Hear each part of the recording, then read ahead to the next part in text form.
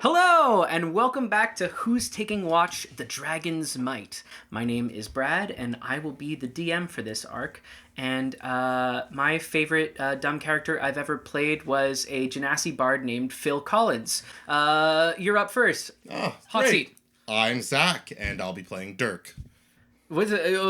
I have to say something for it. You do have to say your favorite dumb character. Favorite dumb character I had was a halfling who got dunked in the Fountain of Youth and would pee people back to health. Awful. Oh boy. Hi, I'm Victor, and the dumbest character. I had a little frog person that I made for a one shot, but that I didn't get to play. But he was going to be Lord Kermit, and he was going to be so deadly. Tragic. Hi, I'm Michelle, and the dumbest character I ever played was a kobold named Kelly Kincaid. Yeah, we were all there. We witnessed. Yeah. We can confirm that for you guys. Yeah. Hi, I'm Marty, and the dumbest character I've ever played is I don't think it's dumb, but I think Bradley believes it's dumb, is a war priest turtle called War Dordle. Yeah, that was for one shot. It turned into a campaign, and now he has a serious emotional arc. It's 2 upsetting. years later, War Dordle. So, welcome back to this, our second episode of our first arc. For those of you who are unaware, Who's Taking Watch? This is an anthology actual play show where we take our favorite stories and worlds of fiction and put ourselves in there and tell a little side tale in the grand scheme of the world, playing a little bit of 5th edition Dungeons & Dragons while we're doing it. This one is an arc that I'm running in the world of Robert Jordan's The Wheel of Time. So once again, this is not canonical, much like the show on Amazon Prime. Think of this as another turning of the wheel, another telling of the story. But there will be some events from the first book or the first season of the show that you will recognize. And for those of you who have read ahead, maybe a couple little Easter eggs in there. And so... Oh yes, real quick. You'll be able to watch the next episode right away after this on our YouTube channel. After that, new episodes will be airing on Tuesday nights at 7 p.m. Eastern Time, with a podcast version shortly following that. So that's the best way to stay up to date with us. But for now, you're possibly in the middle of a little 3-episode binge watch. So hope it's been a good time.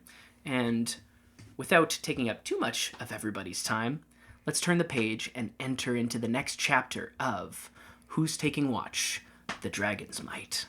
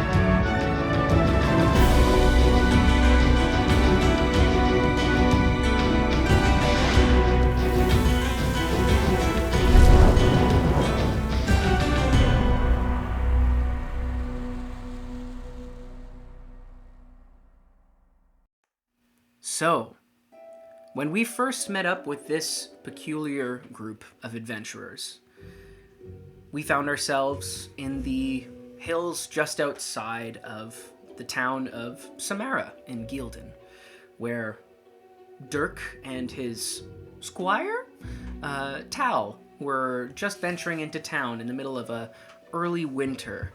Once they made it into town, they tried to sell their wares, finding no success, before a kindly produce vendor named Marine gave you guys a hint to go look for the Dancing Goose Inn and gave you a persimmon.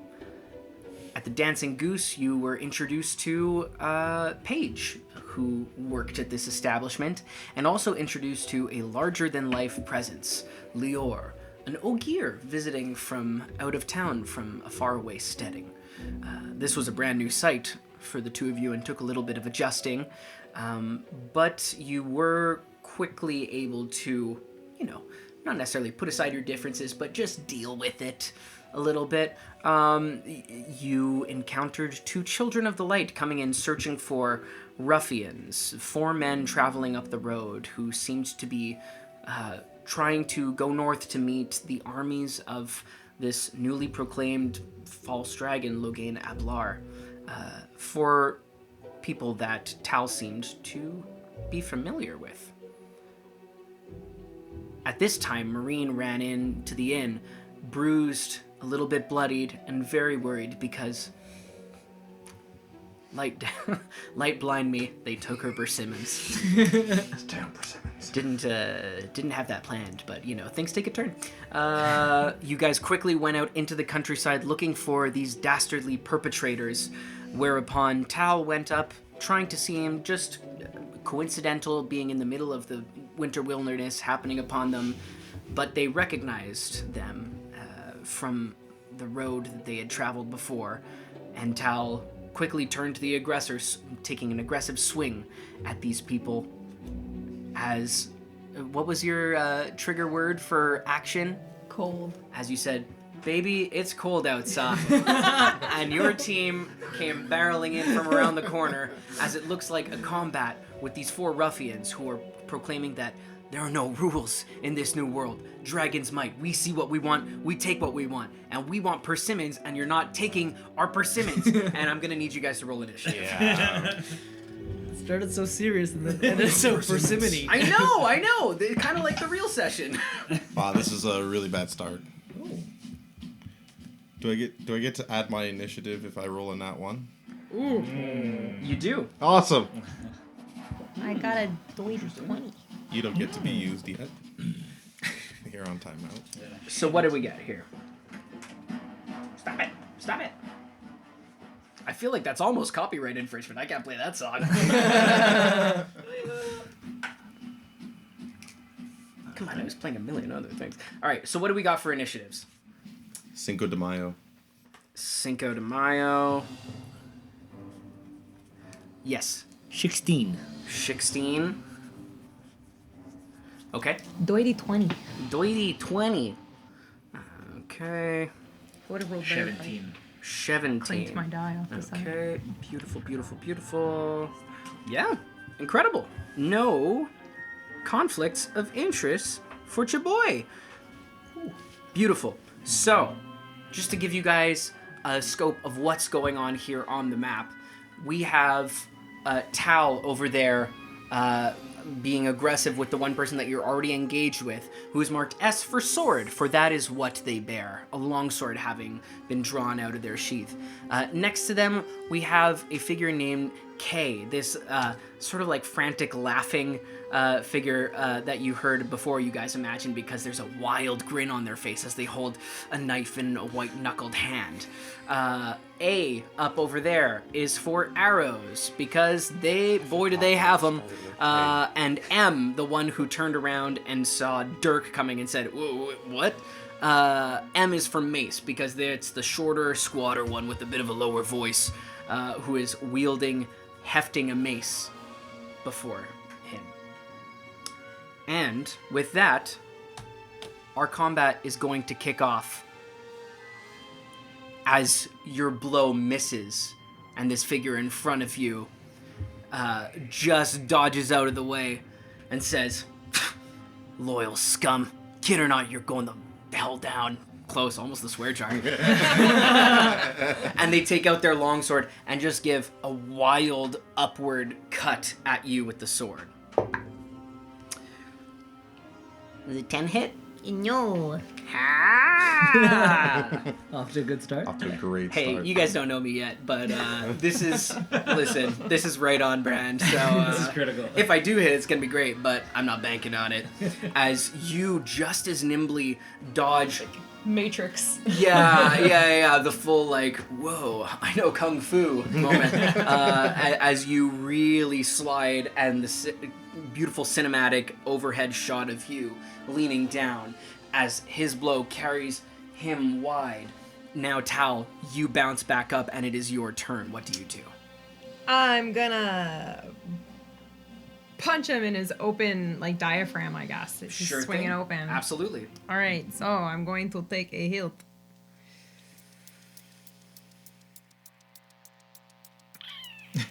I'm reminding myself of all the things I have. Oh no, I forgot to make it click. You gotta make it click. 17.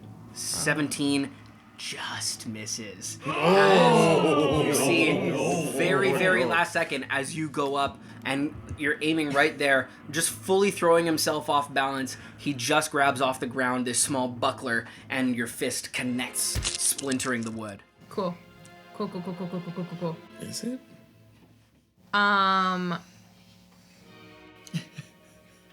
That's your action. You have a bonus action. Not at the moment.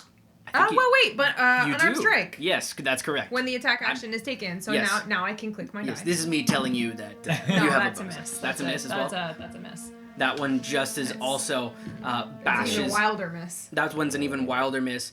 This one he manages to really angle the buckler, and your fist just scrapes off the top of it, and you get a nice set of splinters right on your front knuckles.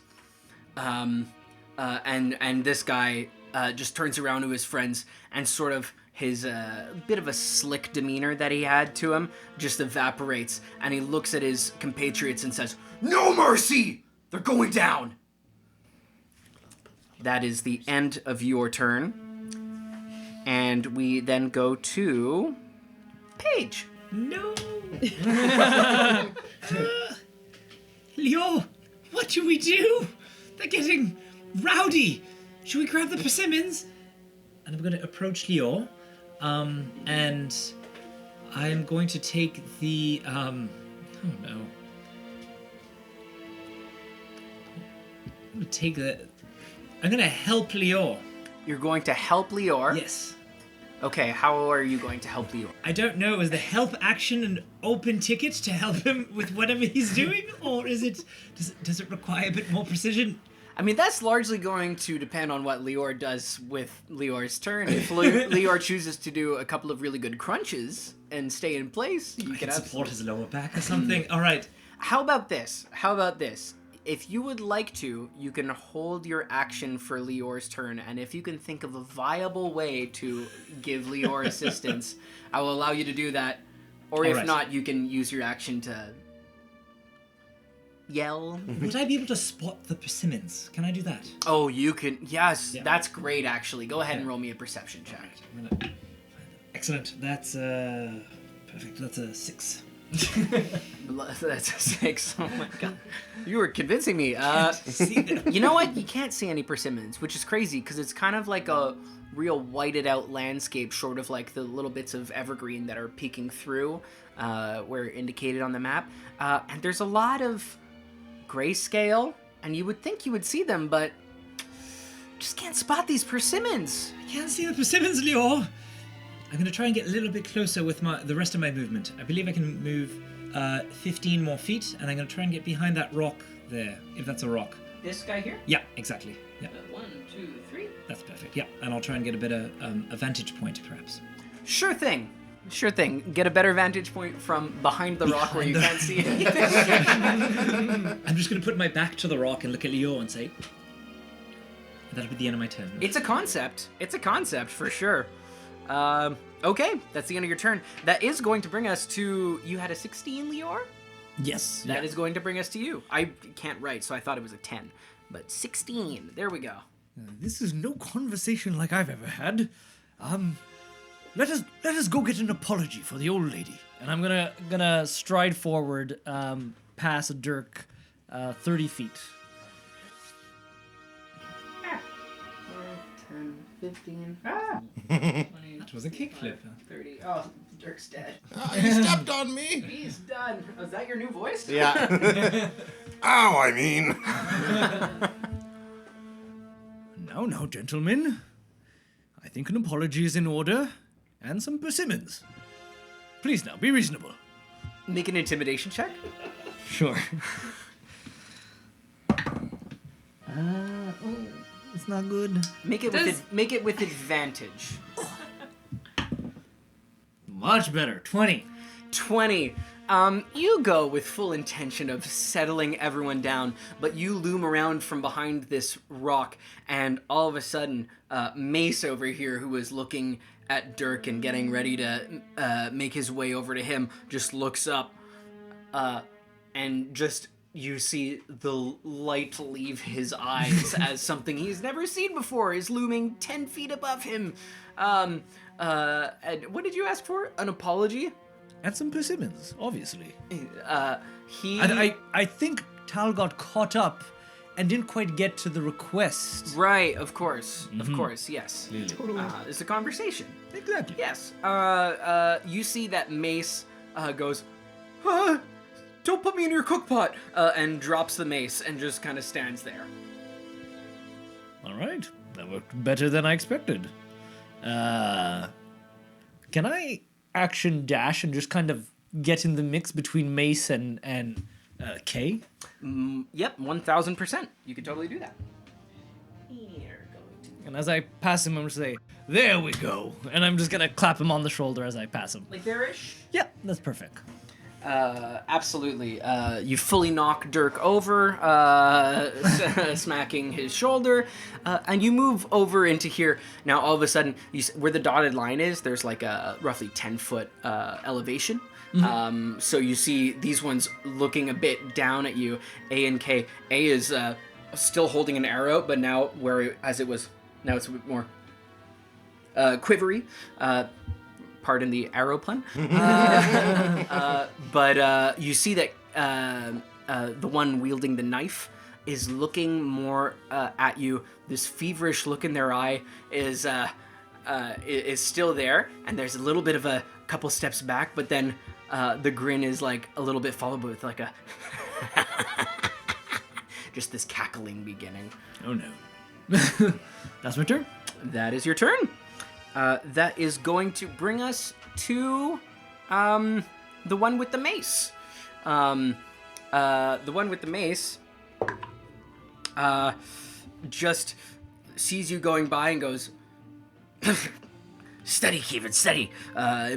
Picks up the mace and kind of just walks over out of your range towards where Dirk is, and can't take an action, but is just standing there, hefting the mace, looking at you and going, this doesn't need to be a big of a problem for you as it is for that guy, big guy. I'll chuckle and smile. I won't even respond, and I'll just kind of draw my sword. What problem? Just dink, a little bit of like metal padding in his gloves as slaps the mace into it, and it makes like a real strong baseball bat sound. As they will move.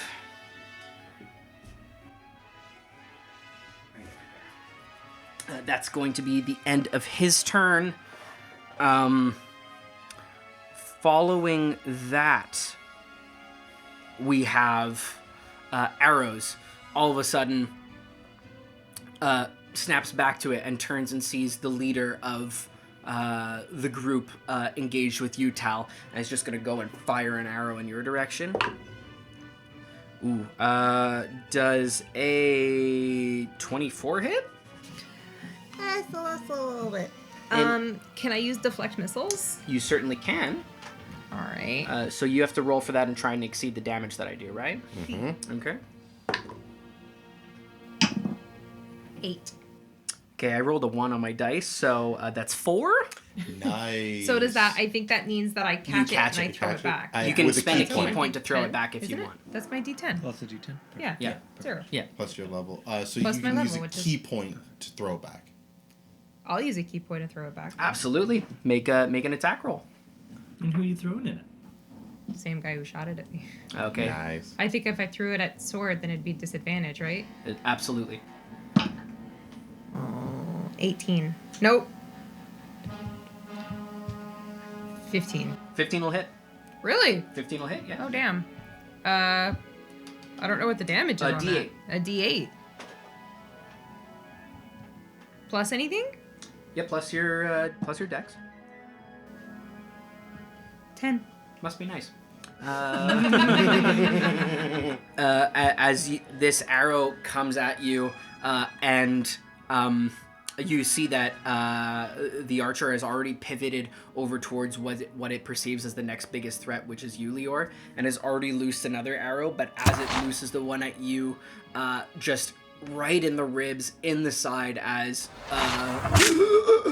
right away this choking, gasping starts coming out of them as they lean up against the rock and scurry behind it. But they are going to get a shot off at you before that, Lior. Does a 16 hit? It does indeed. Okay. That is going to do 8 points of piercing damage to you as this arrow comes and sinks in. Anybody else, and it would have been aimed high, and anybody else, it would be a tough shot with the bluff of the rock wall right there. But it just catches you in the top of the shoulder.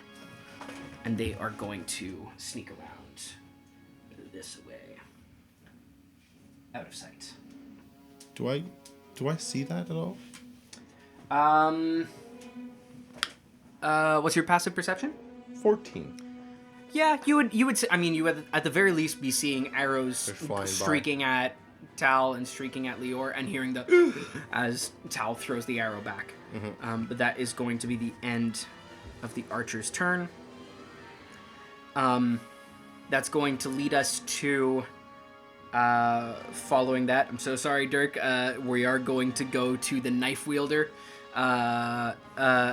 who just looks maniacally around. And is going to try and just take a stab down at you. Mm-hmm. Just kind of a wild hack with their knife.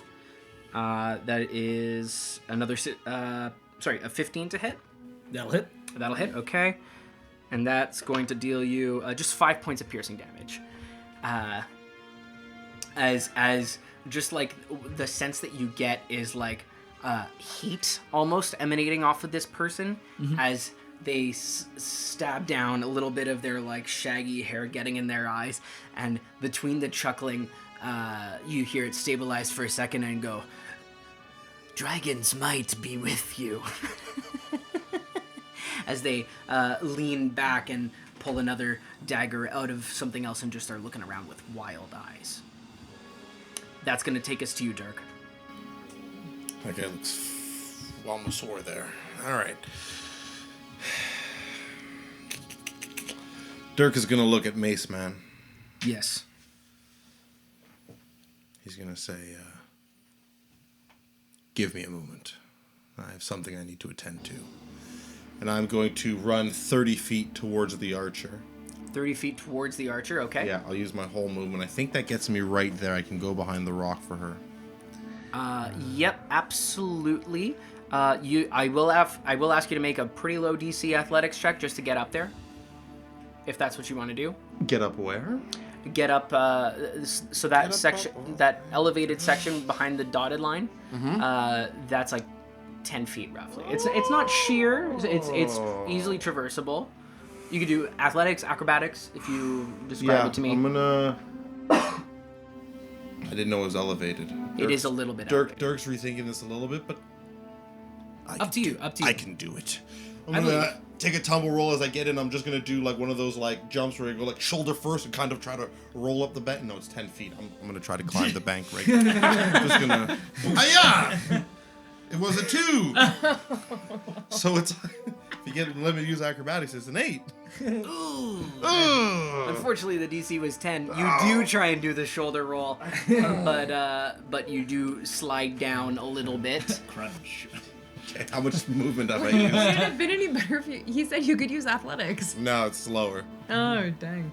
So you've used 20 feet of movement, and parting shot, part of maybe what made you stumble is the opportunity attack that comes behind you. Yeah. That's a natural one. That's really good. Just misses you so hard that it creates a gust of wind. That Blows you off. yeah, Knocks me it's off just kilter. as you're about to jump, it like whistles into your ear, and you go ah, and run into the rock wall. Yeah. Great. So I'm going to call out and go, Tal, get back here. Don't get too separated. And I'm going to take out a dagger that I have at my belt. Absolutely. Everyone got daggers.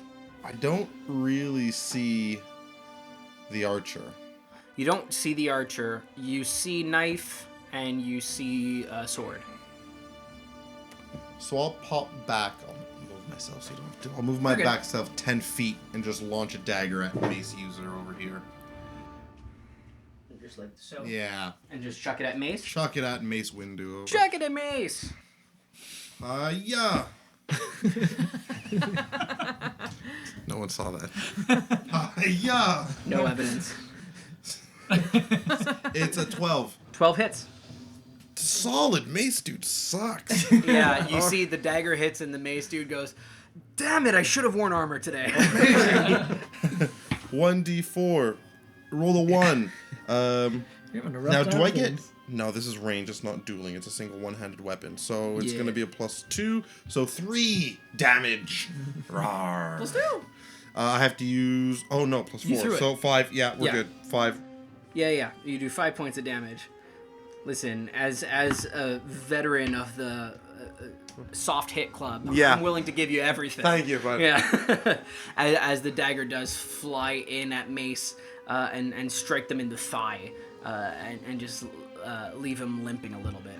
The cold fingers. Damn it. I put my hands in my pocket to warm up as I call Tal over, but that's going to be my turn. That's going to be your turn? Okay. Excellent. At this point, it comes back to the top of the round where the sword wielder turns around and sees Lior and goes like, looks back at you and goes, "Who are you fighting with? This is some creature of the dark. Dragon won't like," and just wild swing at you once again. That one will hit. That is a 22 to hit. Cool stuff. And it's going to deal you. Sorry, that's gonna happen a lot. That's going to deal you 6 points of slashing damage. And again, a little bit more uncertainly looking over at Lior, turns to the companions and says, "No prisoners! No prisoners!" As you can see, sort of the effect that you're having in a new scenario for you, Lior. This is not an environment you're used to, but you're seeing, save for crazy eyes before you, everyone seems to be a little bit in awe of you, in a sense. Mm-hmm. That's going to take us to your turn, Tal. So Tal's gonna look at the swordsman and say, "He's not dark!" With two, which I should have clarified last time, non-lethal hits. Okay, sure. As soon as you said it in the rebs, I was like, should have clarified.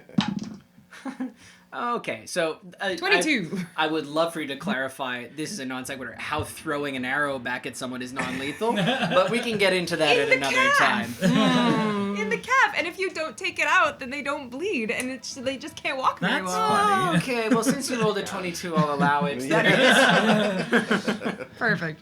All right. So that's 6 points of damage. okay. 6 points of damage. Very nice. And then for my bonus action hit, Nice rat. again, non-lethal. Okay, cool. No. 13. 13's gonna miss. Yeah. As you do find a slip in the armor, you can see actually underneath sort of like the wintry cloaks that this person's wearing, they do have like loose plated armor, and you find like almost like you move in for just sneaking in your palm and then 1 inch punch for your first blow, but the second one you do catch a plate of armor instead, and he kind of gasps a little bit surprised that this teen has hit him. A palpable hit. A palpable hit, yes. Next up, we are going to go to Paige. Paige now is all alone and is very nervous. She's going to stand up slowly and try and peer over the rock. Can she see Mace Boy? The rock's fairly tall. You could try and climb the rock, or Nope. just peer around it. No, I'm gonna peer around the rock on the outside of it, Sure. and as I see Mace, Outside being. this no, the other way. Yeah, I'm hoping that he doesn't notice me, and what I'm gonna do is I'm gonna turn away and say, "No one's here. It's fine." And I'm going to subtle spell cast a spell. And while looking at him, I'm going to try and control the wind to make the shape of two white cloaks walking around the side of the rock as I cast Phantasmal Force. Okay, you channel to cast Phantasmal Force. Okay, absolutely. So what save do I need to make on that? An intelligence saving throw, DC It's a DC 15. 15? Oh my god. Well, lucky for you, my guy Mace is wicked smart. Wicked smart. Wicked smart. Saves. I rolled an 18. Oh! The wind just looks like the wind at that point, and I will stay right where I am. Not moving in muscle. Roll me a stealth check, please. Yes, of course. 17. 17. Okay, very good. You don't seem to have, when that failed gust of wind does whip around, you don't seem to have drawn attention to yourself from this mace person, but you do see a little bit of a, like, where did that gust come from? Does not look back at you. Perfect. Amazing. That's your turn? That's the end of my turn. Awesome. Lior, you're up. If you'll allow me, what I'd like to do is grab this little schmuck's ankle You sure? and then just bring him down off the hill and You- say, Yes. I remember, there's Non-lethal bludgeoning. like the young Ogiers that love to wrestle. Violence isn't the answer. Sometimes you just need to have a little bit of good sense knocked into you to remember. Okay. Absolutely. So that's a grapple check. Sure. Oh no. That is an 11. I rolled a 16. Rounding so well tonight. Just dances back. This is atypical. Kicks away your fingers. It's because I talked poorly about myself at the start when I rolled that 5. I truly believe my luck has turned, much to your detriment. Just kicks your fingers aside, and like the laughing goes a little bit more like baring his teeth, a little bit more feral looking right now. You're so squirmy. I'm gonna climb up the hill to get beside him. Climb up the hill. Yeah, just to go. Yeah, Which is basically just like me taking a big step up. Yeah, you don't need to make athletics check for that. Yeah, so I'm gonna get in between him and arrows. Absolutely. Nice change. Okay. As you get between him and Arrows, and now Arrows looks at you again, bleeding from the side, and goes, no, please, don't eat me. Why would I do that? What big teeth you have? I don't know. Is that your turn? Yeah, that's my turn. Okay. That brings us to Mace, who is going to charge at you, having thrown a dagger, and just go in for 2 swings with the mace that they're holding. I imagine we're all just dripping with persimmon juice. Just First one is you have to imagine the persimmons because you couldn't find them. I cannot see them. Yes. First one's 23 to hit. They're not here. Second one is 10 to hit. Yeah. So first one is going to do minimum damage, 4 points of bludgeoning damage to you, as it just turns and slams into where you have a little bit of your chainmail, denting a couple of them, and just sort of like pinching your side in a little bit, making it a more uncomfortable for you to move. As Mace goes, "You don't have to do this. You could just let us go." You beat up an old lady for persimmons. Who wouldn't? People who follow the light. More like people who don't know what persimmons are. Damn it! That's the end of Mace's turn. The damage becomes lethal all of a sudden. And it'll bring us to the archer, who just in absolute dire straits where they are next to you, is just going to take out a short sword and not even like really taking like big aggressive swipes, but more just like poking you, trying to get you to stay away. I was just gonna try and get you twice.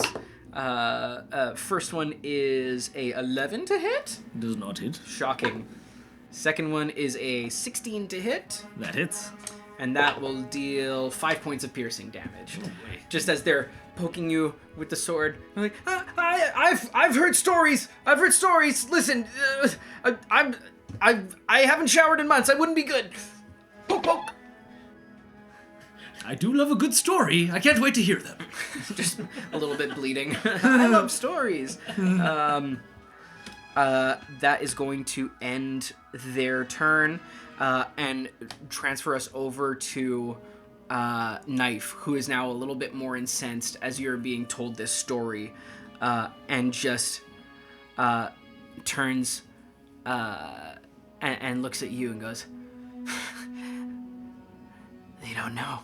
I can do things." And just a little bit of a eyes roll back, and as a barrage of snow kicks up from under their feet and just supernaturally shoots up at you. Oh, jeez, I was not expecting this. Oh, okay. That went crazy. I shouldn't have put so much cork in these things. That's going to be a 14 to hit. Ooh, it does not hit. As this thank- ray of frost just shoots wide of you as you lean out of the way. And at this, you can see the archer misses it. But at this, having seen this visible effect, the one holding the sword turns around and goes, What are you doing?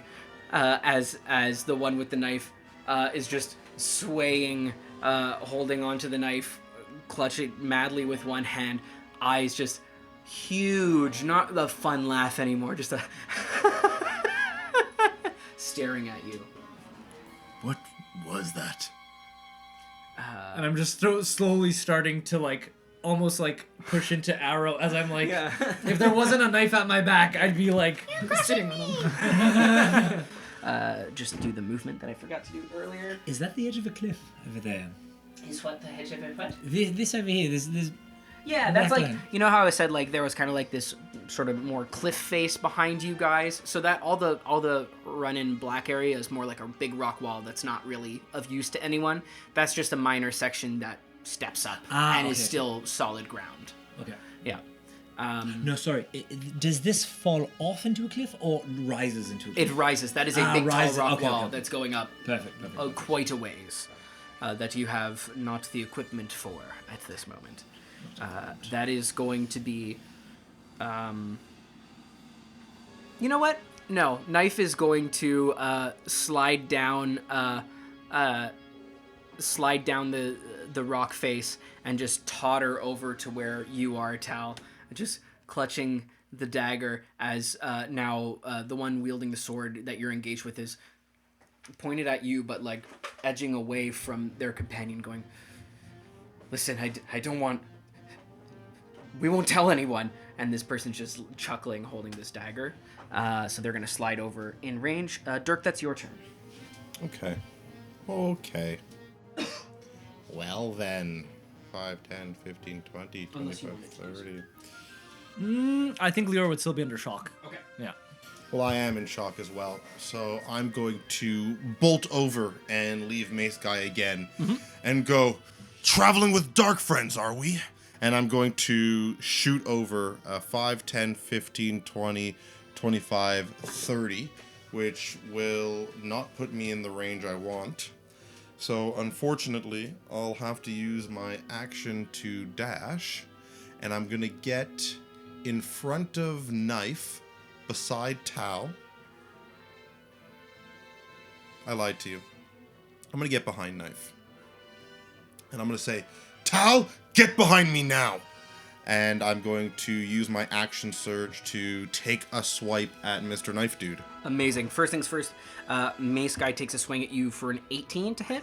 An 18 would hit, but I'm going to use my reaction as a defensive duelist and take my sword and add my AC, my proficiency bonus to my AC, so I turn it to a 20 AC. Add your AC to your AC. AC to Must AC. be nice. Yeah, absolutely. 36 As AC. almost just like absently, you're running out in front of you, and you just whip your sword around your back, glance it off, and a handle comes back into your other hand as you take off running. Yeah, and then I get there and just in one motion cut through Mr. Knife Guy as I tell Tal to get behind me. Hey, I didn't roll half bad.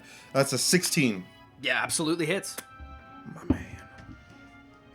What am I rolling? A D8. Look at this. Plus 6, 11 damage. Woo! That's a big hit. The one holding the knife as you cleaved at. Where do you strike? Just like across the back.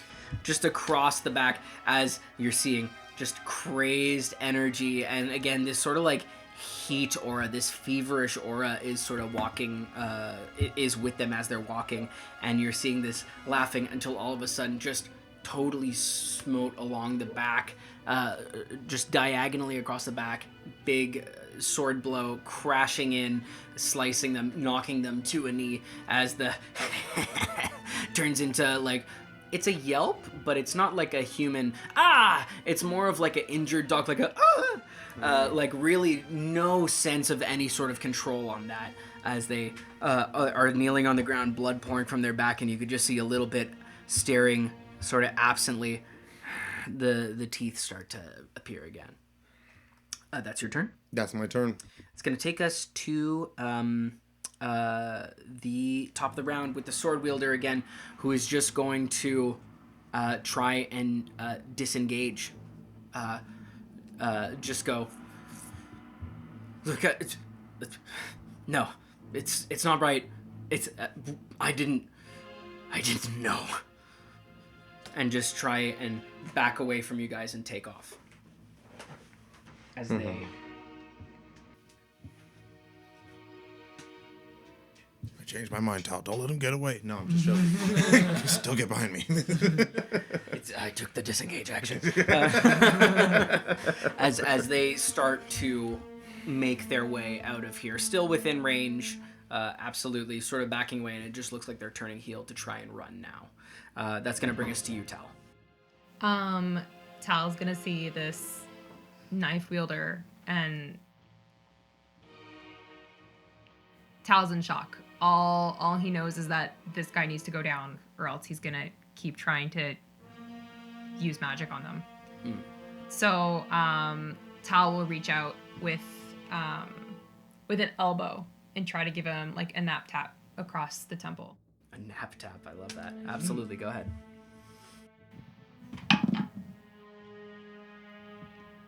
15. 15 hits. Okay. Yeah. Wow, that was so tall. 7 points of damage. Okay, as you just connect elbow to temple, really woozy, really dazed, knocked to the ground, but pushing their way back up, still laughing a little bit, just breathing. Dragons, wait. Spitting out teeth. Yeah. Tal will say, the dragon can't help you with what you're doing. And we'll use Flurry of Blows to make, is it one more hit or 2 more hits? 2. Flurry of Blows is 2, otherwise you're just using your bonus action to make 1. Yeah. Yeah, so Flurry of Blows. Okay. Natural 1. Tragically, big miss. All right, and 1 more. Yeah. That's why I wanted the flurry of blows. No, that's also a miss. Oh! What That's is a it? 10. 10 misses. Yeah. You go, and dazed as they are, you go to swing, and Dirk, it doesn't make a ton of sense. Tal, you're feeling sort of like the heat emanating off of this person. Maybe that's what threw you off. Dirk, like you're feeling like this, like just awful sense of unease as you're seeing this.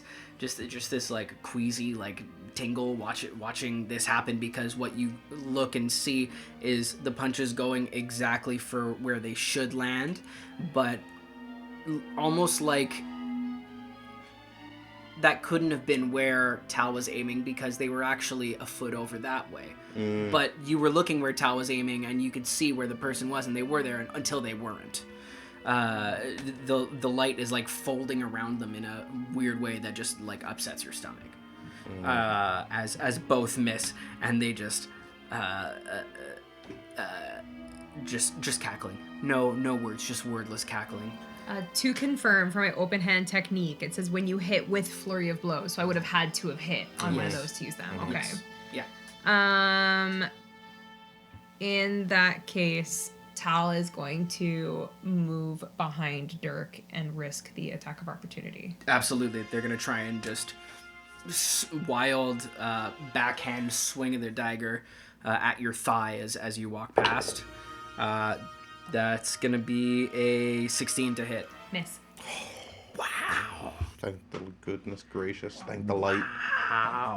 Wow, thank the light indeed. I rolled pretty good. It was just not good with the knife. As you just dart out of the way, as again the hair is like fully covering their eyes. So I'll try to move my token. Sure, So it's sure. a bit of an awkward. That's all right. You're good. Thank you. Amazing. That's going to be your turn? Yes. Okay. That brings us to Paige. Would Paige have noticed Sword take off from where she is? You would have noticed Sword take off, but I don't think you would have seen the preceding events from where you are behind that bowl. I wouldn't have heard the cackling or anything. I mean, you're hearing cackling, but you wouldn't have seen the ray of frost occur. Ah, all right. Yeah. All right.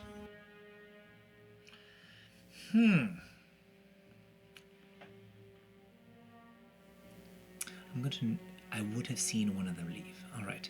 I'm going to stand up straight. Yep. And I'm going to walk around the rock and look at Mace. Yep. And say, your friends are deserting you. The Children of the Light will surely be here very shortly. I strongly suggest you leave after pointing me to where you've hidden the persimmons. And I would like to subtle cast suggestion. Okay. Going for it. Just going for it. That's so cocked. It was another 18. Oh! Okay. Mace looks at you and goes, a lot of bad things have happened here, but do you know how bad it would have to be for me to tell you where the persimmons are? Where the persimmons are? Right on top of that hill behind where the archer is? In the rock, where the persimmons are, where the archer is and your tall friend that's a Trolloc. And he's saying all this while he's walking away, just backwards. He's like, it would be crazy for me to do that. And just turns around and starts running. Paige will nod at him and say, behind the rock beside the archer. And then slowly start to slink forward towards the, trying to be as discreet as possible, sticking to the rock. Yeah, exactly. She doesn't know where the archer is. I mean, maybe one more. He kind of just pointed. That's perfect. If you're trying to get cover, it's probably Yeah, there. exactly, yeah. Okay, great. That is your turn. I think it's on Mace's turn. They'll probably. Sure, yeah. Excellent. That brings us to Lior. Lior looks at the retreating figure of Knife. Sword. No, so if Oh, Knife where Knife is down there. Yeah. And will look back at Archer. And with sadness in his eyes, he'll just say, no longer the playful, kind of warm figure to say, Sure. I'm sorry. The world cannot handle any more madness. Even though you are children, we must treat you as adults. And I'll just take his head and go poof, into the rock. Non-lethally. I'm just trying to knock him out. I'm not trying to kill the tiny human. I'm just trying to Put him to sleep. I would like to Go to sleep. explode his head It's against no the cliffside. longer- This is no longer a light tussle. There's There's potential for this to turn into a bit of a Lenny tending the wabbit situation. Go ahead and roll an unarmed strike, I think. Sure. Don't do a nat 20. It's not a nat 20. It's I guess I'm not proficient, but that'd still be a 16 to hit. Yeah, that's super hits.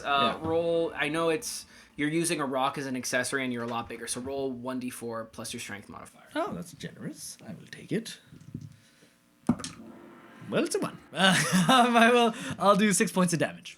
6 is what you needed. Fantastic. Not super girthy as you go. We must treat you like adults. And as he goes, like trying to process what that would mean. Also, you were blocking the archer's view, so they didn't see the ray of frost happen. Yeah. He goes, treat us like adults. Oh God, you're gonna fatten me up so I'm good for late. Knock him out against the rock wall. Slumps down. Bow clattering out. Lower him down a little bit. There. All right. And I'll turn back and. Oh boy. I think Lior would go down towards Paige. And say, "Are you all right there? Did they hurt you?" I have almost found them. I think they're up on the hill.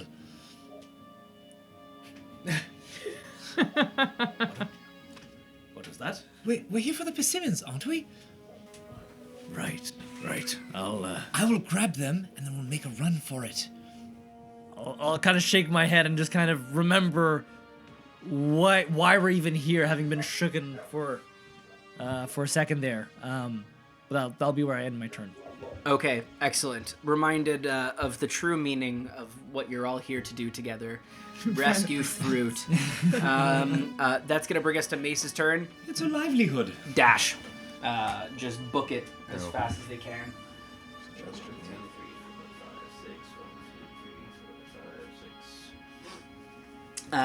Which brings us to the archer, who is toasted. Which brings us to the cackling, knife-wielding figure who, having just seen you take a big swipe around, just pivots and looks up at you, and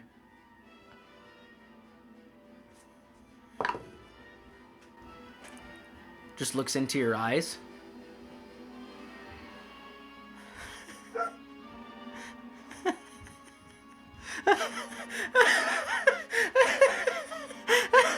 And just starts madly cackling as this sense of like unease like just grows within you just at what is happening, and I do need you to make a charisma saving throw. Be careful which one you choose, man. It was almost good. Almost good. What am I making? A wisdom? Let me Charisma. double check. Let me double check. Oh no. Ah, that's not That was almost good. It was so close to being good.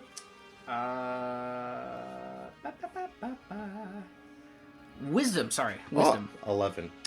11 is not going to do it, unfortunately, as just this laughing happens. This seems to find something funny about you, and just stands up laughing from their prone position as you fall over. You just see Dirk standing menacingly until Dirk starts to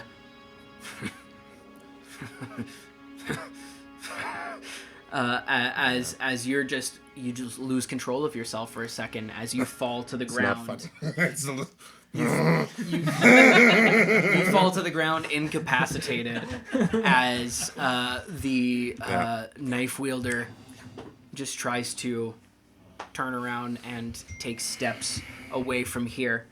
That's going to be your turn. You're just down and laughing uncontrollably.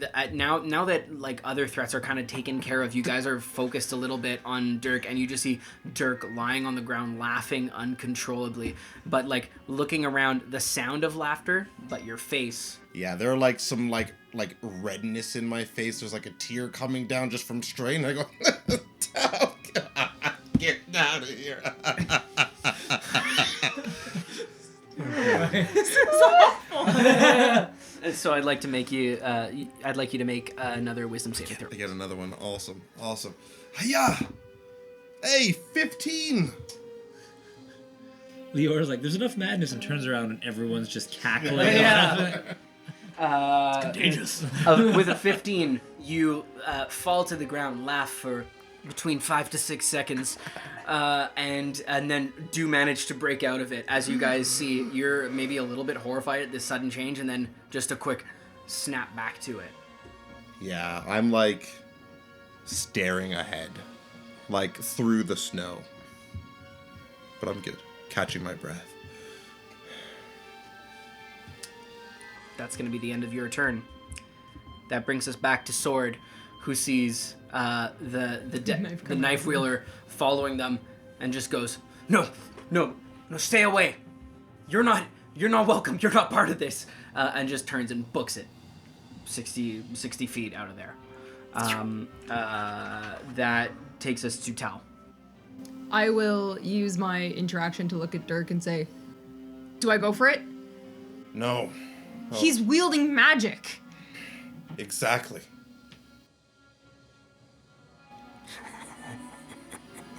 I'll take out darts, Okay, and I'll throw darts after him. sure, absolutely. Non-lethally? That hits. No. I thought it was crazy that you didn't specify. Just a 20 to head like a 24. squirrel. Yes.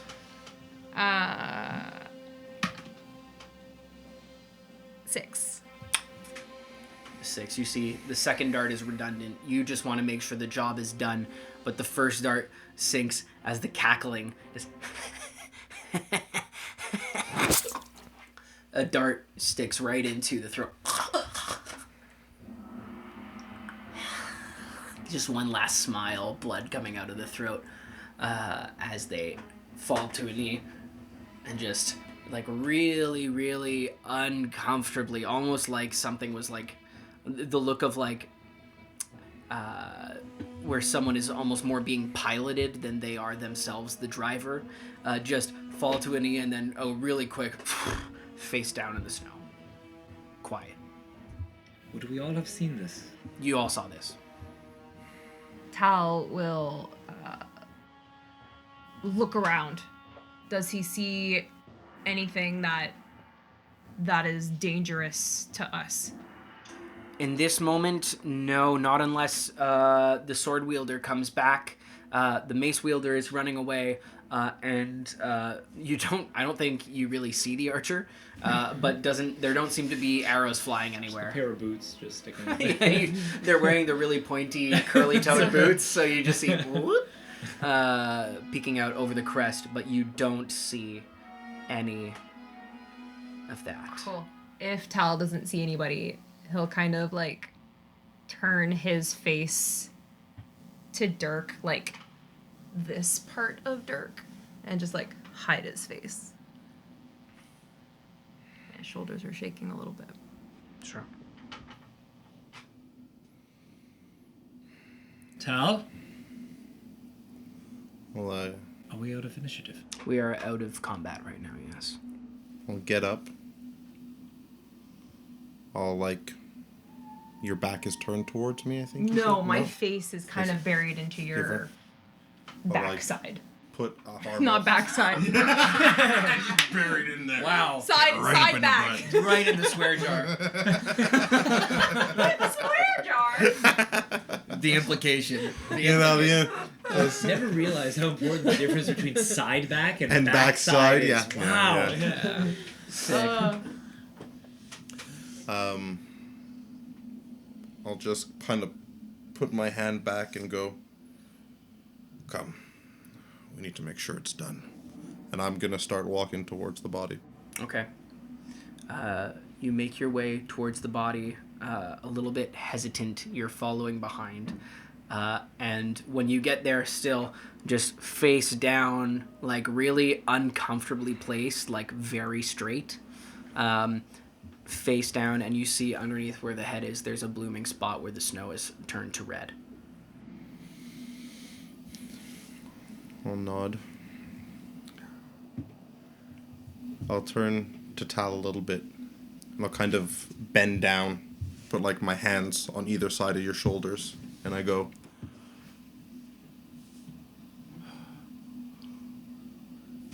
I know you think you had to do that.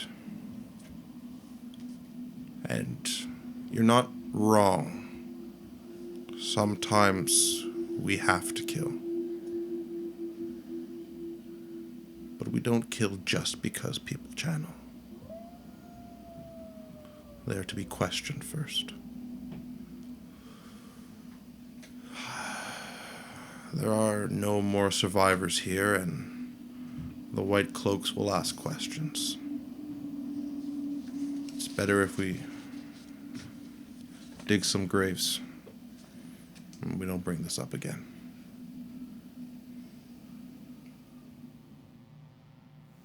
Do we have to return the persimmons for justice to have been served? Like the smallest smile. And I go, we will take the persimmons. Just if the children of the light are still there. If you're scared, we don't have to go back. I'm not scared. Good. Then we will return the persimmons because that is the right thing to do.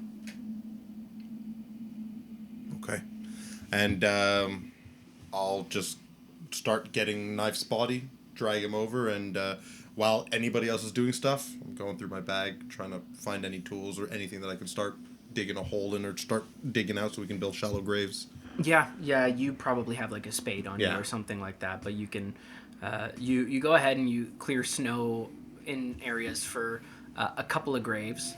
What do you do, Paige and Leor? A small hand on Leo's thigh says, Leo, what happened?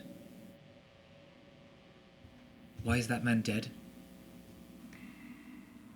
I think we found more than we bargained for. That one could wield the one power. Dangerous as that may be, I don't think this was our place. Most certainly not. But I think we bit off more than we could chew. I think we should talk about it, but not here. There's one of them up there. I hope that he's still alive. Would you mind... Would you mind, doing your thing and checking on him? I'll come with. She looks at you with worried eyes and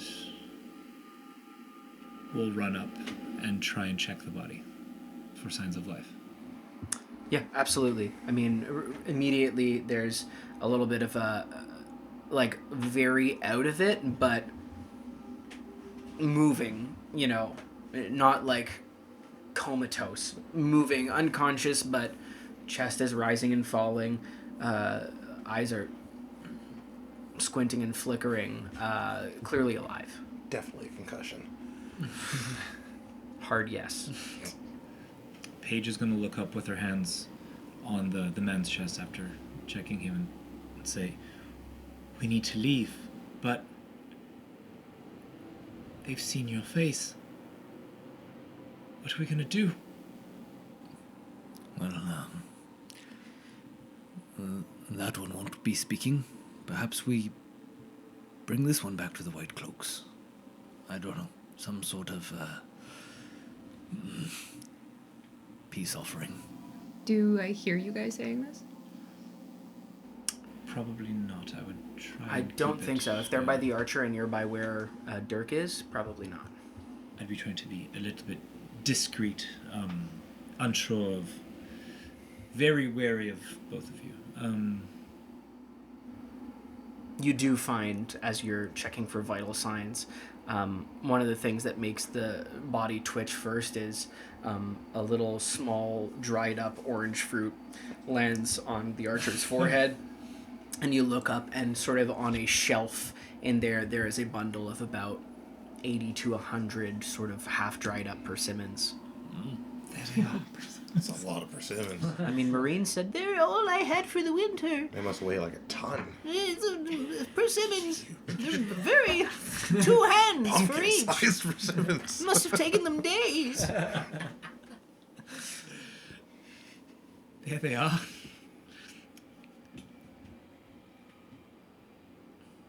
I'm not sure what we should do anymore. But we need to leave. Not tomorrow. We need to leave now.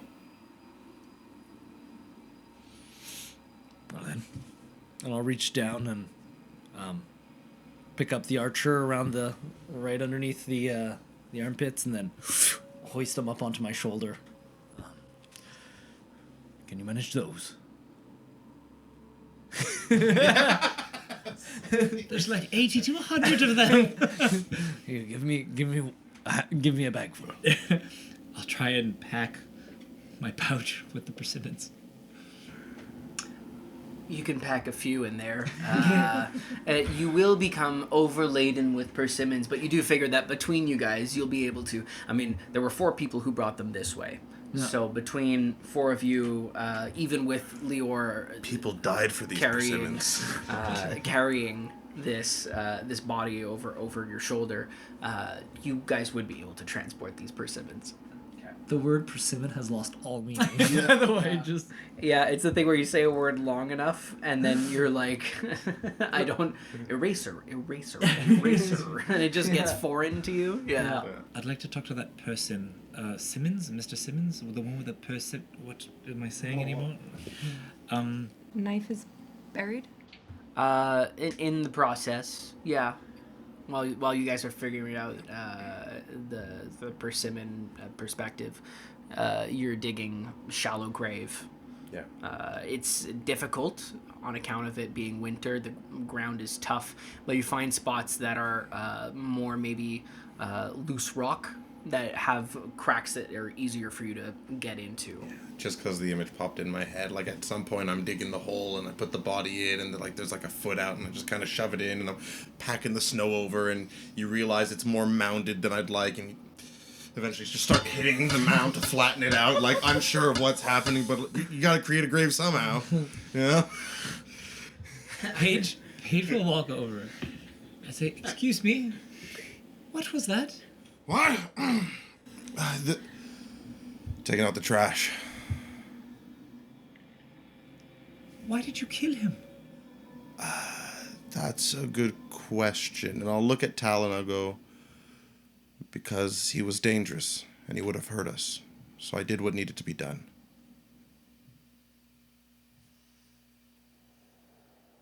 What are you going to do about the White Cloaks? They'll come after us. We have witnesses. We have one that ran that way, the other one back to town. Who are they gonna tell? They're joining the dragon. Maybe not anymore. They might tell anyone who will listen to them. What are they gonna tell? That some people attacked them?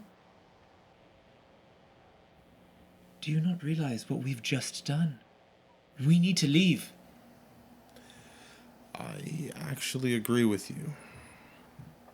I have my stuff with me. Our stuff is mostly in the room, actually, back at the inn. We put it down before haphazardly running out of town. So we will have to return to town because we spent 3 weeks gathering those supplies. And I have lockpicks that are very important. Lockpicks, yes, and I have persimmons. We need to return. Between the two of those, we'll have to be quick. So we'll do it by the cover of night. We can leave the persimmons without alerting any attention. We sneak into the inn. Nothing's amiss. We sneak out same night. I don't think we have that type of time. The man who ran back, he could be in the inn right now. He could be spreading the word of what happened here. You know the town best. What do you suggest we do? Roll me an insight check.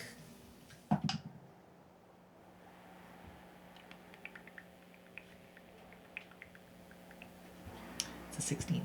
You spent enough time in the town to know that this is not a town where supporters of the false dragon are welcome. If any pass through, they were told there's no room at the inn. Samara is not a place that someone would necessarily feel comfortable. And now, I have them running back that way, but remember, it wasn't a straight line that you guys took to get here. This isn't like the path from the town. You guys diverged from the path and trudged north through the snow. So them running that way doesn't necessarily mean that they're running straight to town. Okay. Our other option is to find the swordsman that ran off and get him to tell his account and back us up and that there was a channeler here. Well, I have this one here, and I'll just kind of pat the butt of the Excellent. archer. He saw everything. The backside. I don't Or know the if he side saw of the back. everything. No, Leo. I make a better door than a window. If you get my drift. See. Well, then we can risk it with the archer or find the swordsman.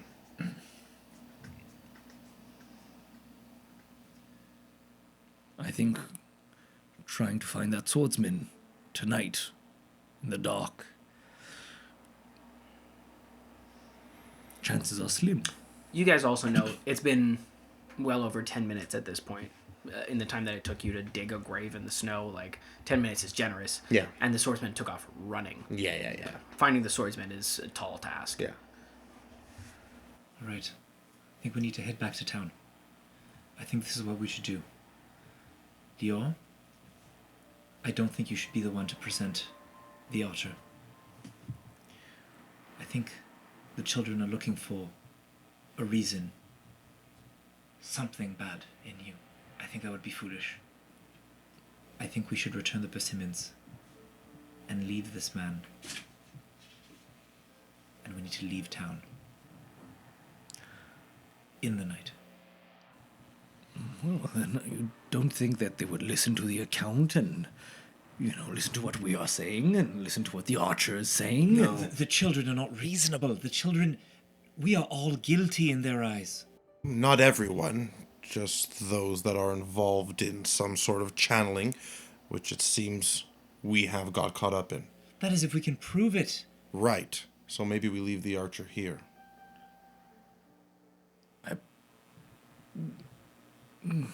Well, I mean, he doesn't have any fur. He's going to freeze to death. That's his fault, not mine. Well, I think it's the least we could do to bring him back to town. The least we can do, what you're suggesting, will get us caught. There's no least we can do for these people. Well, talking to made them their would have been a entire- start. You don't think I've tried to talk to them before? It didn't sound like much talking to me. Nor do I. It's not the first time I've run into these guys. Well, then why didn't you let me go first? Because you would have tried to talk to them. They don't listen to your kind of words. They only listen to mine. One of He'll hold up them his fists. was mad. Talking would have done no good. Well, you know what they say. They're the kind of people who pick on you because you're small and alone. Like the lady with the persimmons. Now they won't pick on people who are small and alone. And he, she'll point to the grave, won't be able to do anything to anybody. I agree that he was dangerous. But did he deserve to die? We came looking for them, and it is on us that they are dead now. He is dead. You know what they say? An eye for an eye makes the whole world blind. Yeah, I'm kind of okay with that. Sight blinder would be as well. Listen, this whole gig is easier when I can travel on my own. I already have a squire. I don't need a gang of hooligans running with me, but it seems we're all caught up in this. So let's quickly get this done. Hooligans? Hooligans. Did I see? I didn't actually see you slam his head against the wall. Yes, hooligans. People who would endanger their own lives to help someone who clearly wanted to do them harm. And you, where were you this entire time? I was ready to speak with them until I saw the fists were flying. The words were coming out of her... Fair. Anyway, it seems our only course of action is to head back to the town. So let's get going. I'm not leaving this one out here to freeze to death. Carry him if you want. Leave him a mile outside of town. You'll He'll see. probably be more awake at that point. That seems reasonable to me. Starting to sort of like mutter a little bit on draped over your shoulder. Just it's cold. Put me back in the cook pot. But still sort of out of it. Paige will start to drift away from the conversation. And start to look nervous, just wringing her hands, looking at Lior. Yeah, looking anxious. Okay. So what are you guys doing? Dirk is already walking back to town. Okay. Paige will look at Lior and say, all right, we bring back the Persimmons. I think we should leave the body somewhere near town. We leave tonight. That sounds fair to me. We'll be all right, Paige. We'll be all right. I think during this whole talk that you guys are having with each other, calling them hooligans, you are kind of unspokenly agreeing on the baseline of one thing is that you're bringing the Persimmons back. So as you're going, look, we don't need to go back into town. We don't need to do this. That you did take the time to all divide up the Persimmons so that you can carry them all 80. What would you say is a comparable size, Zach, for Persimmon?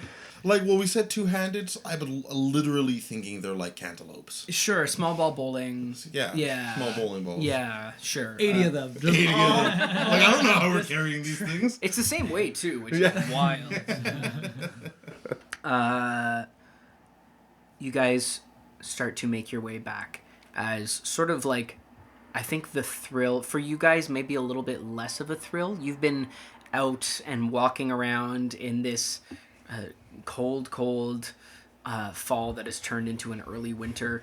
And you've been outside and you've been doing that, but for the two of you, you've been posted up where you are for several weeks for you, maybe even a couple months for you, Paige.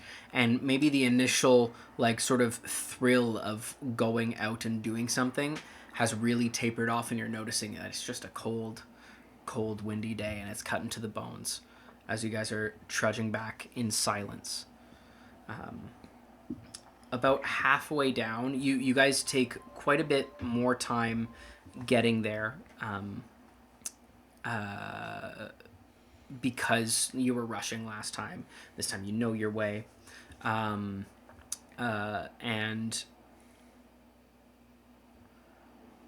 along the way, about halfway there, the archer does come to, and just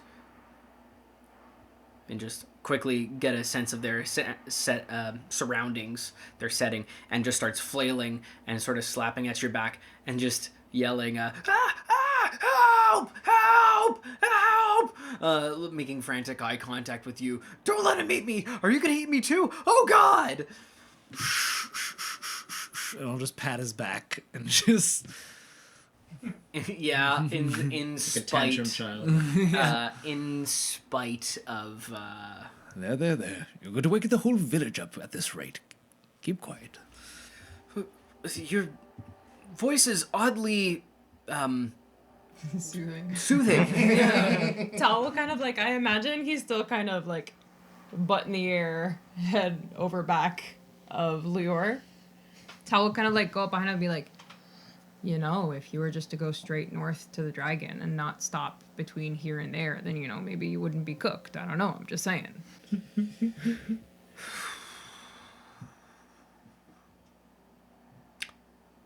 Where are the other? You could see like very the demeanor has changed from like a we beat up those old ladies to excuse me, sir. Sir, where are my compatriots? Page will call out. Most of them have abandoned. They are gone. Okay. That's harsh. They kind of just left me there. Indeed. Yeah.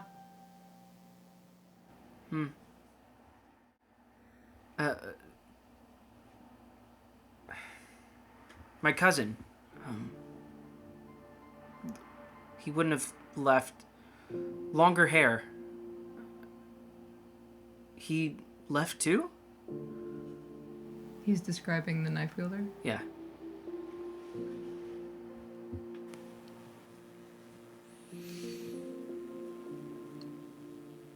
He could not be reasoned with. I apologize. What does that mean? How long has your cousin been able to channel? Roll me an insight check.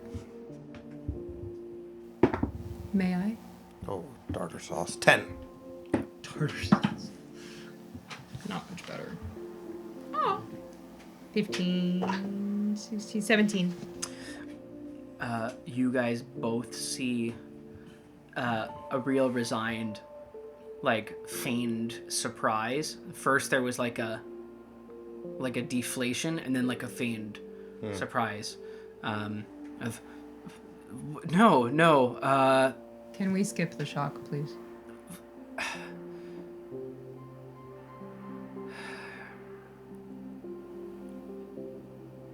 He used to be the funniest one in our village. He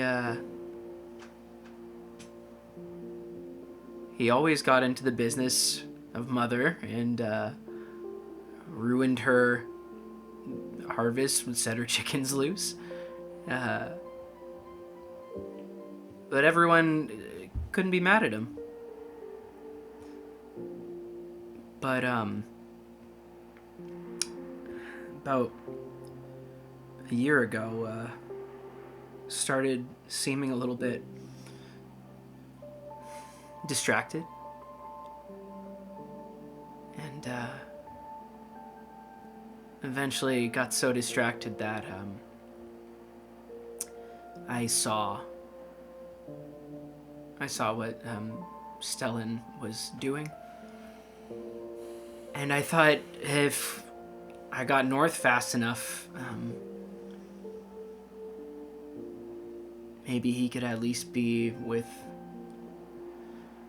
someone who understands, someone who held it off. But and looks at you guys now with tears in his eyes. Guess he couldn't hold it anymore, huh? It is not his fault. Even the great Luz Theron could not hold off the madness. It's not his fault.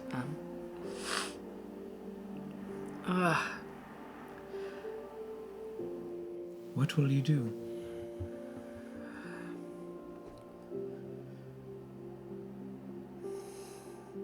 Go back. Feels for nothing. There's nothing for me there. Go back and hope that enough people made up some other story of what happened to Stellan, and hope that there's still a place for me at home. That's all I can do.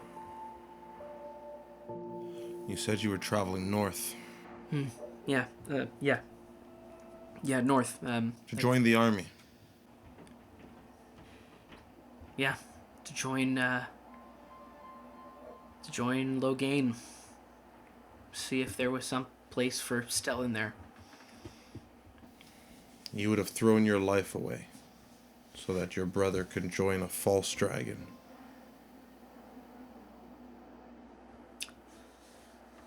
If I didn't do what I could for Stellan, everything that we did growing up together, Wouldn't be much of a meaning to a life I threw away, would it? I had to try. And those other people you were traveling with, what do they mean to you? Oh God, so bad. So bad. I mean, I super recognized you right away. I'm so sorry. Absolute bullies. Both of them. I threw fists. You threw arrows. Right, so maybe I got a little bit carried away. And you see, like, a little bit defensive now appearing on their face. Maybe I bought into the hype a little bit. I mean, you literally threw an arrow, so if we're gonna talk about Smith. No, not looks around at you guys, seeing it still on the back of Lior going, no, that's a low blow, that is... Where did I get the arrow? Yeah. So here's what happened. Lior, Yes. put him down. You're not going to kill him, are you? No, I'm not going to kill him. Right. Unless he gives me a reason to. And I'll set him down. Yeah, and legs wobbly just from being out in the cold and not using them for a couple of hours. Just go into my pack, Yeah. pull out like 2 rations, small dagger. He has his bow and arrow. And I'll kind of put it on the ground there. And I'll say, go home. You were traveling with your brother. You knew how dangerous he was. And right as he was about to do some real harm, you stepped in, and you stepped up, and you stopped him. He didn't go out in madness. Dirk. You saved him. You take this, you talk about nothing you've seen here, and you live our own life. Yeah, guess I saved him. I tried. You did. But if I see you around, anywhere north, I'm turning you into the White Cloaks. Understood. Is that good with you? I agree with the decision, yes. I'd like to live a life where as few new people can see me as possible. I've seen what's out there in the world, and I don't think I like it all that much. Yeah. Get out of here before I change my mind. Okay, I'm going to run now. And just picks up the couple of rations and the dagger and just very wobbly starts heading off back east, like back in the direction of Samara, but cutting north, like they're going to try and skirt out of sight. How far are we outside of the village? Oh, outside of the town, sorry. You guys are maybe about 20 minutes out. It is a little bit sheltered from where you are, so there is a path for this person to go. But once you sort of like round the bend and get closer to the river, then you'll be on the west road that leads back in. When we're about 10 minutes out, Yeah. we can see the buildings in the distance. I'd like to hang back and call out to Tal. Sure. Tal, a word with you, please. Tal will come with his hands like deep in his pockets. I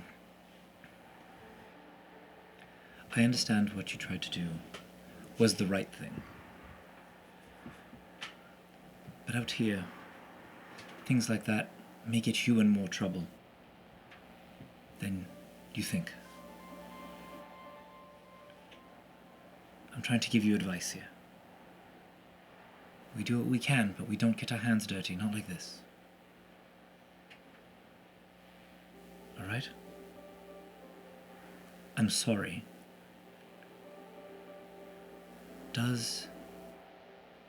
And I nod towards your traveling partner. Does he know? Know what? Does he know about you? He knows all about me. He knows that I come from a farm in the south, and that my dad's name's Hal, and I have 12 brothers and sisters, and all of my brothers have gone to go fight for the army. Tal doesn't know you were a woman.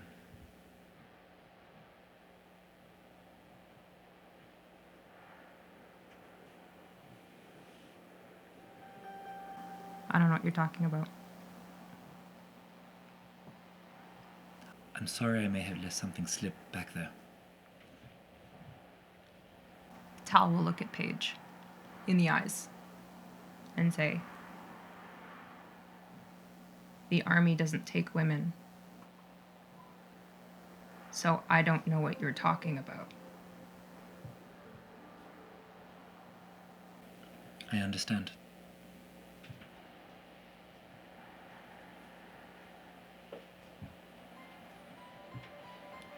And Paige will walk in silence until Yeah. further. You guys take the better part of the afternoon traveling back. It's now maybe about 3 o'clock or so, 3:30, but this is now approaching the dawn of winter, where the shortest days of the year fall. And while it's still light outside now, you see there's precious little light left to be found. You walk into town. There's not too many people about, and you make your way back to the Dancing Goose and open the door as an expectant, small crowd of people who are there, still sort of tending to Marine, who is now sitting on a normal table, not sort of reclined in the big chair that you were sitting in, Lior. Yeah, what's up? Would I have been able to, as soon as we get to town, Yeah. Paige is going to snap out of it and say, "What? Wait, Leo, you're hurt." People are going to ask questions. Let me see that. Can you kneel? Can you get lower than? It's fine. I can deal with that. It's okay. And I will try. Yeah. If you allow me to. Lior will like take a knee and try and encroach a bit to let you inspect where he was stabbed a couple times. I will try my best. Definitely think you should be healed, but I don't think anyone's going to be surprised if we walked in there a little bloody. I don't think we want to draw any attention at all. I don't think we should be sparing any details whatsoever. You don't think we should be sparing any details? I think we should spare all details. I was a little worried there. Thought you wanted me to go to prison and die. I said the word spare, and then the word Persimmons came into my head, and then I was getting all confused. I'm sorry. We should be very as discreet as possible. I'm going to use what supplies I have on me and try to clean up Leo as best I can. Absolutely. Dirk, do you need any help? No, I'm feeling quite good. That mace dude was really crappy with a mace, I gotta say. I fought harder.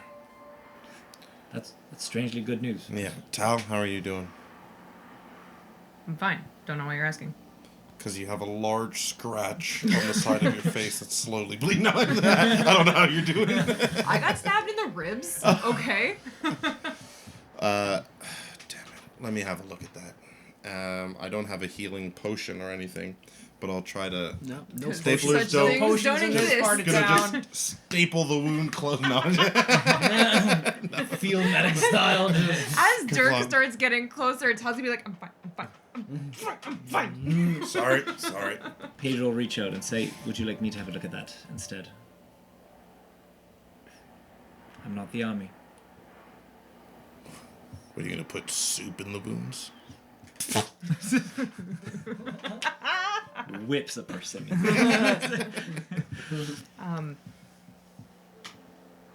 Maybe later. All right. Yeah, Tal, you have had the opportunity to sort of like roughly like bind up with a bandage or something of cloth. If you're trying to clean up Lior a little bit, I'll ask you to make a medicine check for me, please. Oh, excellent. That's a 4.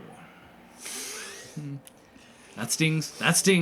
Yeah. It all stings. As he says, what are you going to do? Put soup in it. He's going, ow, that stings, that stings, that stings, and you see you've reached into the wrong pouch in your herbalism kit, and you're just rubbing garlic into Leor's torso wound. A natural antibiotic. You were allergic to bouillon. I'm sorry. This is a homemade recipe. You'll be fine. Recipe? Remedy. Inspiration.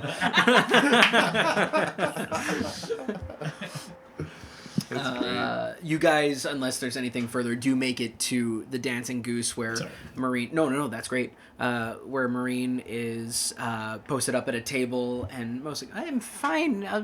I've had worse happen to me before, and people are really checking in on her. Some townsfolk have sort of just like now made their afternoon hanging out here to see what happens, but are unfocused. But you do see Dal, the innkeep, is still at the table, just having he can see that what Marine wants right now is not someone to worry over her, but just to have company. So he's just having a good conversation with her. And then the door opens and Marine looks at your bulging pockets, all of you, and looks up expectantly and goes, Did you, by any chance, while you were out, did you happen to find my persimmons? Marine, unfortunately we did not. We were unable to locate the people who stole your persimmons. Whatever these pumpkin-looking vegetables are. It's a monkey. All right. It's a monkey. A persimmon. However, Curious. we did find 80 to 100 brand new. What are they? Persimmons.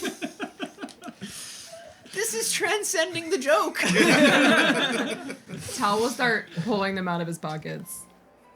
Oh, what a relief. Oh my, what would I have done? That would have been a rough winter for old Marine. Thank you. What can I do to thank you? Oh, here. And she leans over to you and goes, take this.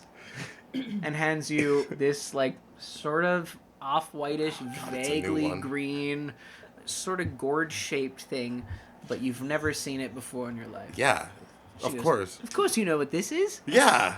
right? This. Yes.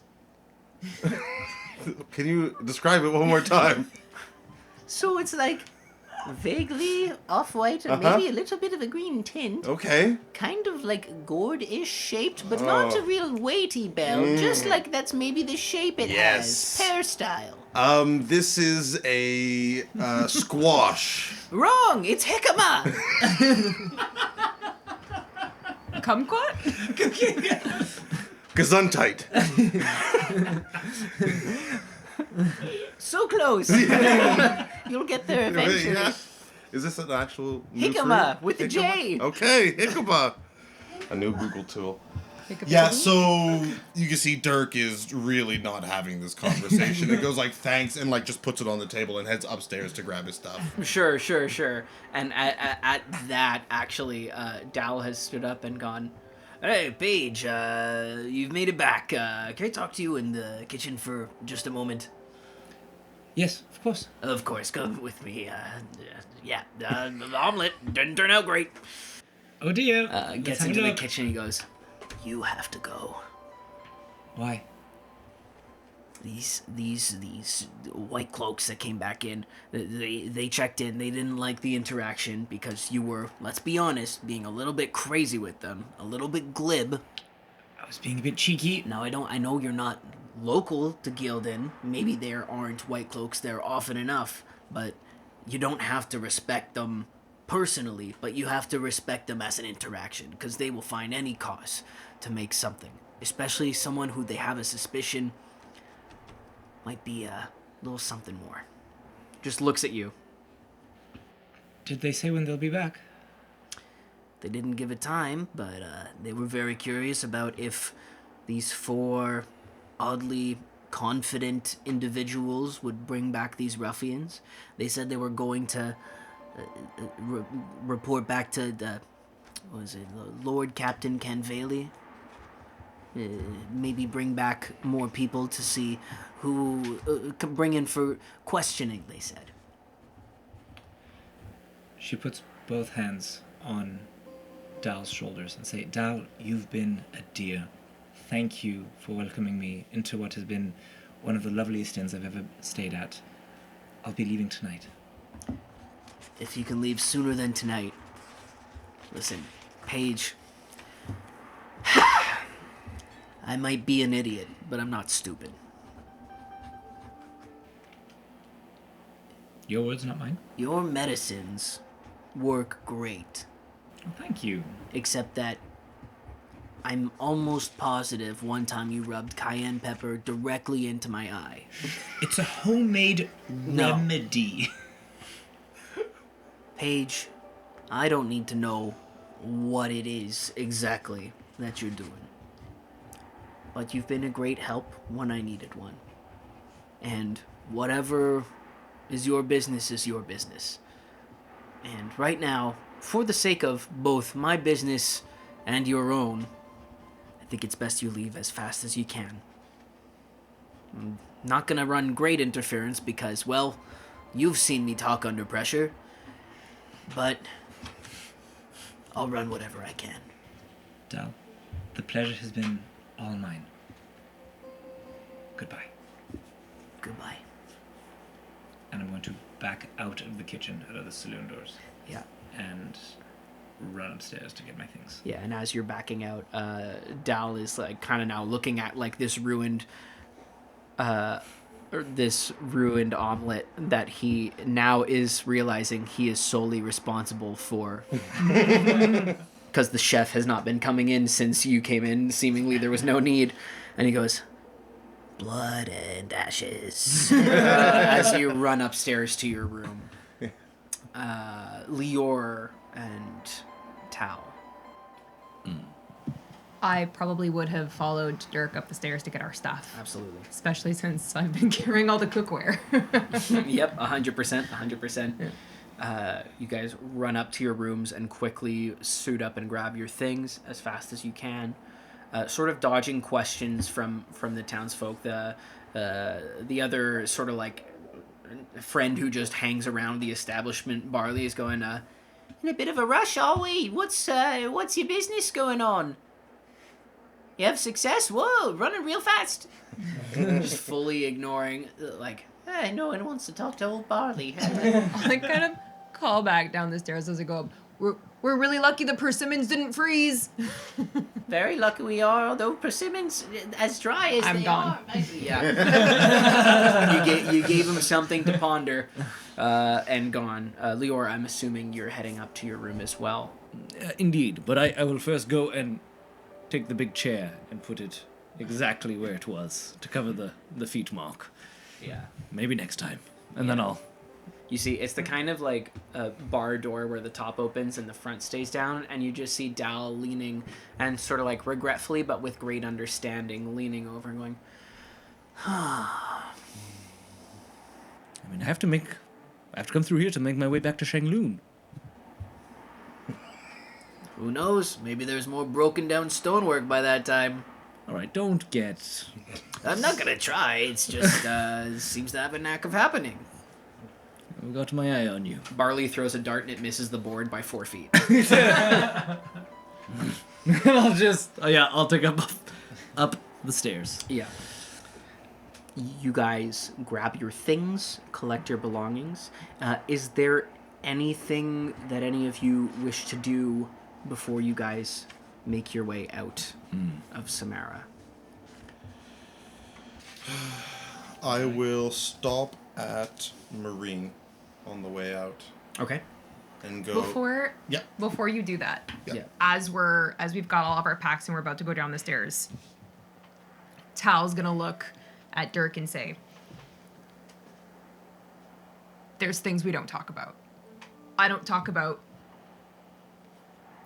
your clothing. You don't talk about why I take so long in the bathroom.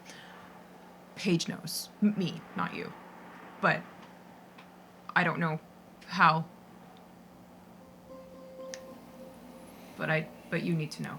Is this going to be a problem? I don't know. Okay. Okay. Would you like me to do anything about it? Not yet. Code word will be cheeks. Cheeks. You didn't want to go for backside? Side back? Play off of it. I'll just kind of give you a nod. As we're getting ready to go, Lior will stop by Paige's room and to say, do you need a hand with anything? You'll see that Paige's things are all packed in different little pouches that are all kind of like toppled on her back. And she is at a tiny desk with a paper and a quill, and look up and say, "No, not at the moment, but thank you. I'll be down shortly." Of course. I know this is not how we imagined ourselves leaving. But we did want to go to the capital. Now is definitely the time. All right, I'll see you down there. Yes. And I'll make my way down, and now I'm wearing the gray cloak that you saw me come in, which has like green and brown leaves kind of swirling a little bit around the gray design. And strapped on my back is the big stonemason's hammer that you saw me use when I was fixing up the inn. And as you come down into the common room, there you can see there's a couple of kids who have now walked in and gone like, Mr. Lior, do you have time for one more story? Not this time, I'm afraid. But I'll be back. Okay. And very much like the sense of like the kids who are ecstatic when Frosty the Snowman says, "I'll be back again someday." They go like, With the big wide eyes. yeah, just like a little, "Oh, the magic will return." All right, well, bye. God, laughing, they have the madness. Kill the children. Sorry. That's They run off. Paige.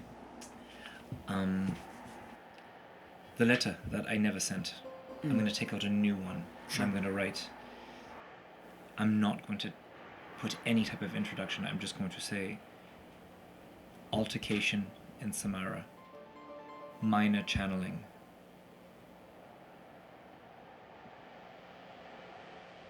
Had to leave. KS. And fold it up. Any indication of where you were going? Getting closer. Fold it up. Fold it up, okay. Title AAS. And put it in one of my inner breast pockets. Mm-hmm. And head down the stairs. Absolutely. If you're all ready, you all convene in the main room as you come to the main room, and you do see Marine talking to Dirk going, "No, the uses of jicama, they're really quite varied, and it's a surprise to me that you don't seem to know." Do you think we'll run into any on our travels east? On our travels east? Oof, well, if you're going for jicama, you're probably wanting to go more southwest, to be quite honest, so no. We might take a detour just for the jicamas, Marine. You Oh. have a way of selling them. It's so cute that you call them jicamas. Yeah. Oh, I love it. Thanks for the advice. Of course. I'm gonna miss you. Oh, I'll miss you too. And Perfect. make me an insight check real quick. Oh, thank you, yeah. Hey, look at that, a good insight check. 20. She's a little bit making fun of you. Yeah, and the same thing, like I go like, and I turn around and I immediately, and I just like kind of like walk out of the bar. Yeah, and you hear her go, "Get a load of this guy." Again. Shade to the back. Yeah. And Dal sort of sees you guys as you're leaving and goes, "Well, I'll miss the stonework, and I'll certainly miss having one employee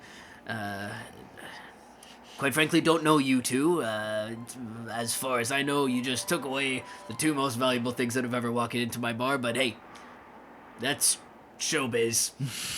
But we returned Marine's Persimmons. Goodbye. Yeah, that's a real win for me. That's a real win for me. And just turns around, but looks at you guys as they're trailing off. He goes, take care, wherever that is. I'm gonna East is where that is. Right, yes, east. I'm gonna give Dal a hug and say, thanks for everything, old friend. It was cumin. Let go. And then head to the door. As we walk out, be like, unless we decide to go southwest for the Hickabas. For the Hickabas. Right. He goes, I'm allergic to cumin. as you walk out. That's why I'm blind. Little high five. Reach Yeah. down. Yeah, he just gives you. You've now developed. Whereas it was kind of like this awkward thing at first, where he was trying to do this and you were trying to meet his hand that way. You just go down and he swings full arm up to meet it. That was a good one. That was honestly quite good. Best one yet. Good parting note. Take care, best friend. You guys head out, and now, even gathering your things as quickly as you could at this point, having made it into town, the sun has sort of started to set, and you're losing light on the day. But the road is yours. What direction do you guys wish to go? North. I think as we head north, I'm going to look for a couple blocks up. There's I think it's a trinket store, like a toy store. Yeah. As I open the door, and it jingles, I'm going to say, what a delightful little hobby horse you have over here. It's cerulean ribbon. It's quite splendid. Listen, I have something I was wondering if you could safeguard for me. Of course, Miss Page. And you turn and you see a gentleman with spectacles who's sort of like working over with a hammer on some piece of wood that has not taken form yet. Of course, Miss Page, so good to see you again. You've inquired many times about the hobby horse. It's really my favorite piece of work here. Would you be able to hand this to someone? Of course, on consignment. We'll take it on consignment. Fantastic. Absolutely. What's that one gonna be? Quite honestly, haven't figured it out yet. Gotta let the piece decide for me. It always makes the right choice. No, I messed up. It's not good. It was supposed to be a dollhouse, and it's not good. I'm trying to save something, but whoa. It was never meant to be a dollhouse. Don't worry. Such wisdom. Good night. Good night. As Paige inexplicably walks back out of this Yeah, toy what store. was that all about? I had a couple of affairs I needed to get in order before leaving Samara. I've been here quite a while. Getting a lollipop and a dreidel? His wares are unique and priceless. Right? I'll walk off. I mean, this world is the distant future of this world. So. Sure, an age yet to come. Yeah. What's a dreidel? It's like a spinning top. And a lollipop? He might be hungry. She. Passing old woman goes, it's like you've never seen Inception. You guys make your way northward. As night falls, you walk for a good hour or two before really the light has left you. Could I be trying as soon as we leave to muddle our footprints a little bit and Sure. brush over Yeah. the snow and Yeah, keep an eye over... In that case, make a survival check for me. Can I help out? Yeah, sure. You can You make got your advantage. own, or yeah. You know what? I don't trust your survival. I'm gonna roll my own. Survival is You've excellent. rolled either like 2s or 19s, Yeah. so... Hey, 12 plus 4, 16. 9 plus 0, 9. Okay. You cover your tracks pretty well, Paige, and that's kind of when Dirk looks and checks in and goes, it's not a bad idea, but just poor execution. And you really do take more of a firm swishing stance at the back of the group and really cover up everyone's prints, because notably you weren't doing anything for Leor's. Clonk. They'll never find us. Yeah, we're 4 people. They'll never find us. We're looking for one oak. We found. We found it down here. You guys walk for about 2 hours until the light leaves you, and you really can't see much of anything else. The night is closing in. It is dark. Distant howls of the large amounts of wolves that have been patrolling this year are starting to emerge. What do you do to organize yourselves for the evening? Tal has been quite somber, but every once in a while we'll kind of like look over at Leor and be like, I have 12 brothers and sisters. How many do you have? I have none. That is a great many. It's a lot in a small farm. Do you like them? Oh yeah. I miss them.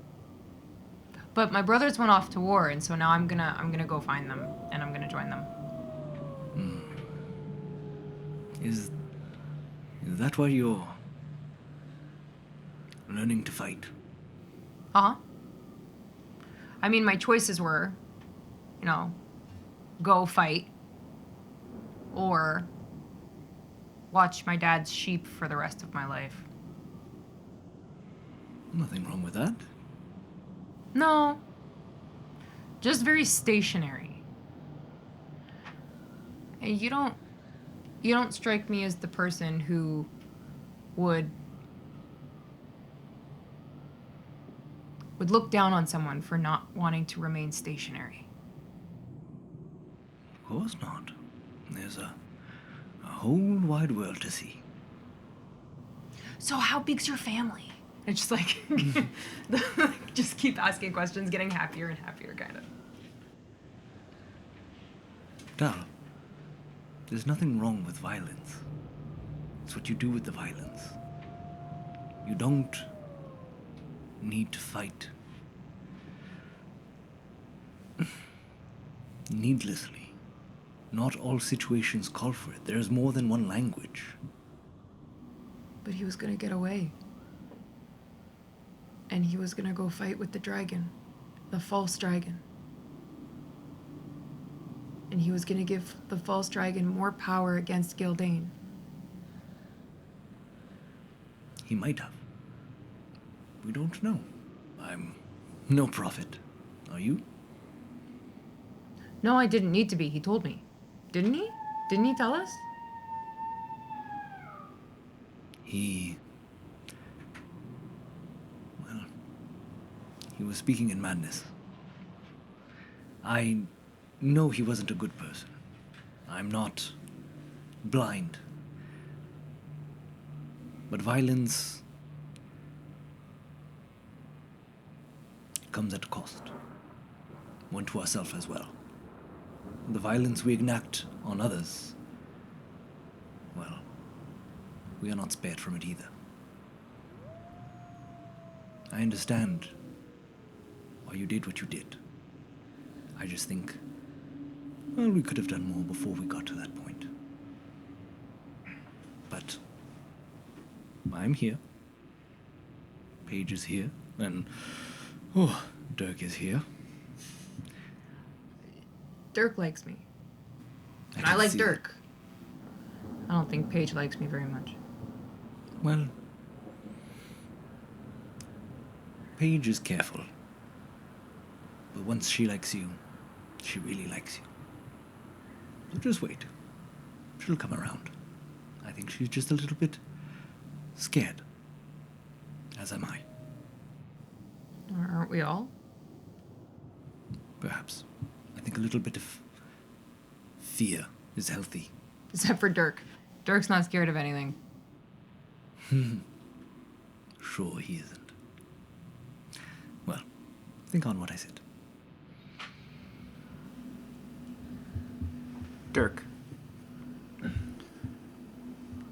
unless you feel that you would be having a conversation with Paige right now. Thought not. I would imagine that you busied Firewood, Yeah. chopping down some, getting the campsite ready. You busied yourself with getting the campfire ready, getting everything set up, building a campfire in an area that maybe would be shielded from view. It's not We get a fire? it's not snowing tonight, but it's very windy. And you're sort of just sitting with as everyone wraps up their routine and the questions start to fade a little bit from Tal until Leor gets up and tucks a blanket back over her where she's sort of fallen down from her sitting position. And everyone takes their rest. What you saw today is sort of just playing over in your mind as you saw what can only be a dark friend threaten the closest thing to a friend that you've had in some time.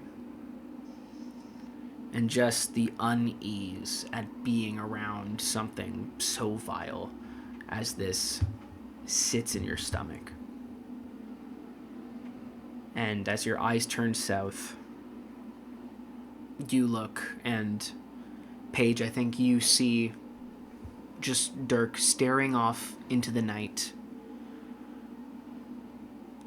into darkness. But Dirk, what you can just catch at the edge of your vision is so far away that they're more clustered to be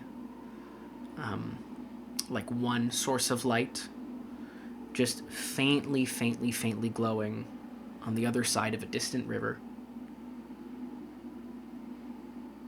White canvas tents, many of them, including one large one, with a blazing sun woven into the side.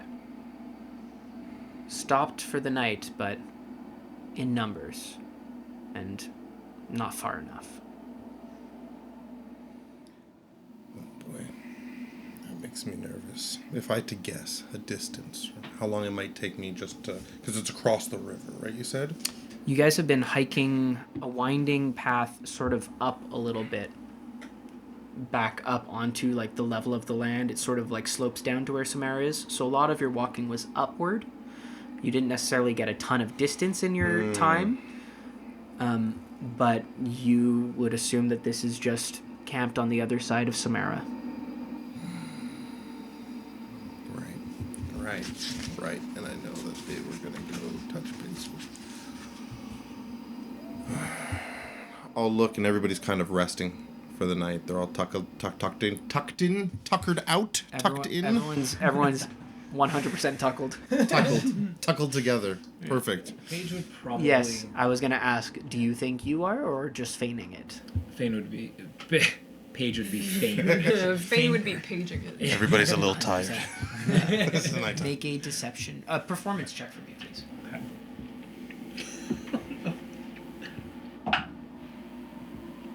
26. Do you want to roll? No. Okay. No, like a 26 will convince me. Reward. Like, the yeah, 26. like let's just. Everyone's tuckled. Everyone's tuckled. Yeah.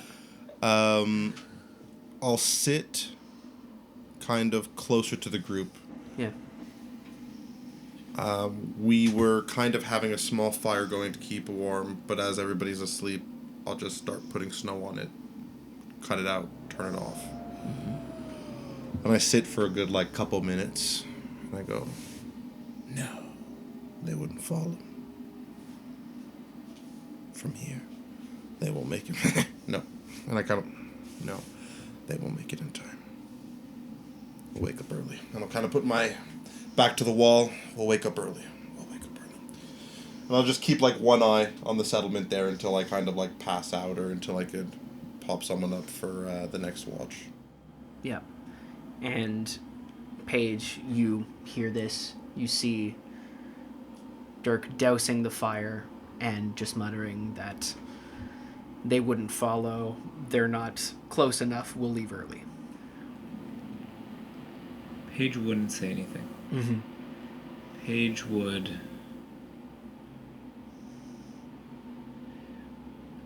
Paige would wait until she could hear Dirk snoring before she would try and fall asleep. And eventually you do. Eventually Dirk he snores for sure. This is a fact that I know in my heart. Does Dirk snore louder than Lior? No. But Lior's snore is so deep that it could almost be excused as like a low rumbling wind. Whereas Dirk's is a little bit more of a sharp like. The man needs a CPAP machine. Yes, super needs a CPAP. And it's like one of those things where, like, if I just went to bed earlier, I wouldn't snore. But, like, I make it a thing, like, I gotta stay up as long as I can and then snore and ruin our stealth. You have to. You have to. And so you eventually do fall asleep. Okay.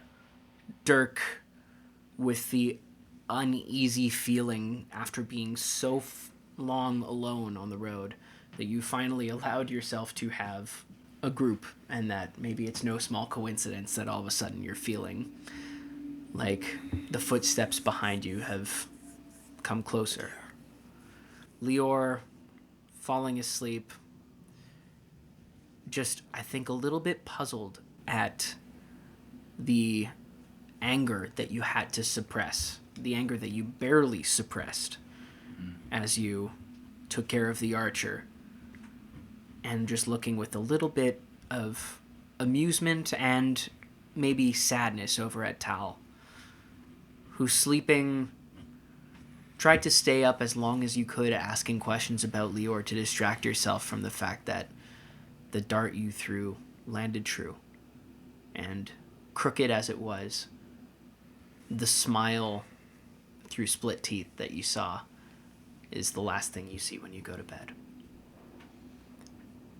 And Paige finally falling asleep, looking at Tal with curiosity, looking at Dirk with questioning, and looking at the frown that lies on Lior's sleeping face.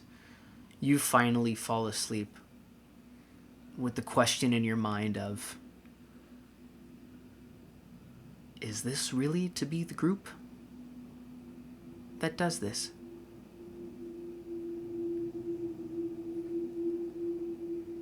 As your eyes close and our perspective truly falters for 8 hours of uneasy, cold sleep. Did no one take watch? It's like you guys don't even know the name of the show. That's where we're going to end it. I thought for sure you were gonna say, as Paige drifted off to sleep, you think, who's taking watch? No.